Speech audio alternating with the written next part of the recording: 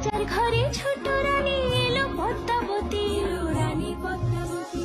রাজার আরো 6টি রানীর ছিল না সন্তান, পদ্মাবতীর কোলালোতে মিলল সমাধান।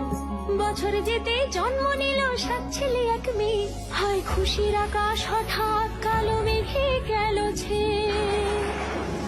হিংসেতে যায় জ্বলে পুড়ে বাকি 6টি রানী, যুক্তি করে ঘটায় ওরা 7 কুমারের হানি। সুযোগ মতো 7 ছেলেকে মাটিতে দেয় পুঁতে, বাঁচে একা পারুল ওরা পায় না তাকে ছুতে।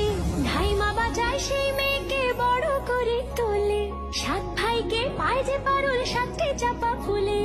এত কিছুর পরেও রাজার বিপদ যে কাটে না, সূর্য নগরে সুখের সূর্য আর ওঠে না। হিংসা বিবাদ বিচ্ছেদ আর প্রেমের কাহিনীতে পারুল বোন কি পারবে 7 ভাই চম্পাকে জাগাতে?